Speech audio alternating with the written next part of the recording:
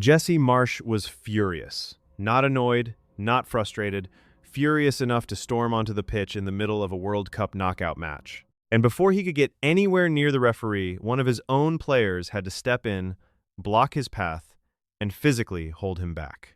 This was Canada against South Africa, the first knockout game of the 2026 World Cup, a tense, goalless first half. One huge penalty shout, one VAR decision, and then, suddenly, the Canada manager was marching across the grass, ready to confront the officials. But was Marsch completely out of control? Or did Canada have every right to feel robbed? Because the incident that triggered it all has split opinion across broadcasters, pundits, and refereeing experts. Canada and South Africa went into this round of 32 clash knowing there was no margin for error. This was knockout football. One mistake, one moment, one decision could change everything. The first half had been tight. No goals, no breakthrough. Both sides were trying to find a way through, but neither had managed to land the decisive blow. Then, in the dying minutes before halftime, Canada thought they had their moment. Richie Laurier burst into the South Africa box and appeared to be brought down by defender Kuliso Mudau. It was not a soft coming together on the halfway line. This was inside the area, with Canada screaming for a penalty at a crucial moment of the match. Replays showed a heavy collision between the two players. Their legs tangled, Laurier went down, and immediately the Canadian players looked convinced. For a few seconds, it felt like the whole match had stopped to ask one question: penalty or no penalty? But the referee did not point to the spot, and when VAR looked at the incident, they found one detail that changed everything. Mudau appeared to get the tiniest touch on the ball. That small contact gave VAR enough room to support the on-field decision. No penalty. No recommendation for the referee to go to the monitor. No change. For Canada, it was agony. For South Africa, it was relief. And for Jesse Marsch, it was the moment his frustration exploded. The half carried on for a few more minutes before the whistle finally went. Normally, that is when a manager heads back towards the dressing room, gathers his players, and prepares the halftime message. But Marsch had something else on his mind. Instead of turning to his team, the former Leeds manager stormed onto the pitch, heading towards the officials to protest the decision. He looked angry, determined, and for a moment, it seemed like he was going to confront the referee face to face. Then Moise Bombito stepped in. The Canada defender saw what was happening and moved quickly to intercept his own manager.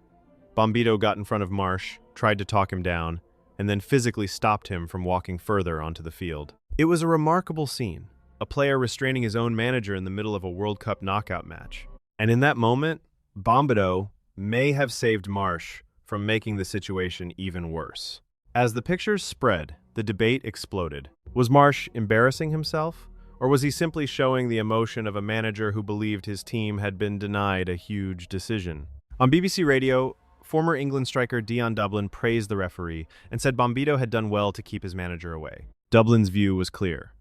Whatever Marsch was angry about, his player had handled the situation properly by telling him to get away from the officials. But the controversy did not end there. Refereeing expert Christina Unkel initially suggested Canada had a serious case.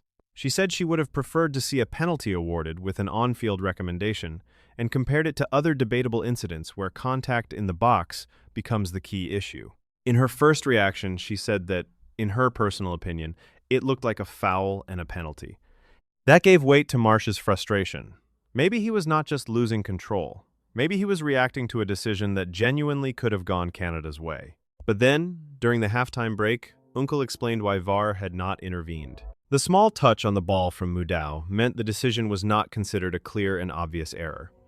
And under VAR rules, that matters. It does not have to be the decision everyone agrees with. It has to be clearly wrong for VAR to step in. That is where the frustration lies. Canada wanted the contact punished.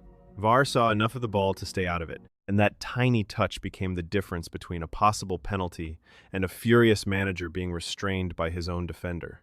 In the ITV studio, Bradley Wright Phillips and Karen Carney also agreed that it was not a penalty. They pointed to the touch on the ball and argued that the attacker played a part in the tangle of legs that brought him down. So the debate became even sharper. Canada felt distraught. Marsch was incensed. Some felt the challenge was a foul. Others believed the referee and VAR got it right. But in knockout football, emotion does not wait for calm analysis. In the heat of the moment, one decision can feel like the whole tournament turning against you. And that is exactly what Marsch's reaction showed. By the time the halftime whistle had gone, the match was still goalless. But the biggest story was no longer just Canada against South Africa. It was Jesse Marsch storming onto the pitch. It was Moise Bombito stepping in. It was a penalty appeal that refused to disappear. And it was another World Cup VAR debate, where one tiny touch on the ball changed the entire conversation. For South Africa, the decision was a let-off. For Canada, it was a moment of deep frustration. And for Marsch, it was a flashpoint that showed just how intense knockout football can become. The question now is simple. Did VAR make the right call by backing the referee? Or should Canada have been given the penalty that could have changed the match? Because in a World Cup knockout game, these are the moments that do not just decide matches. They define them.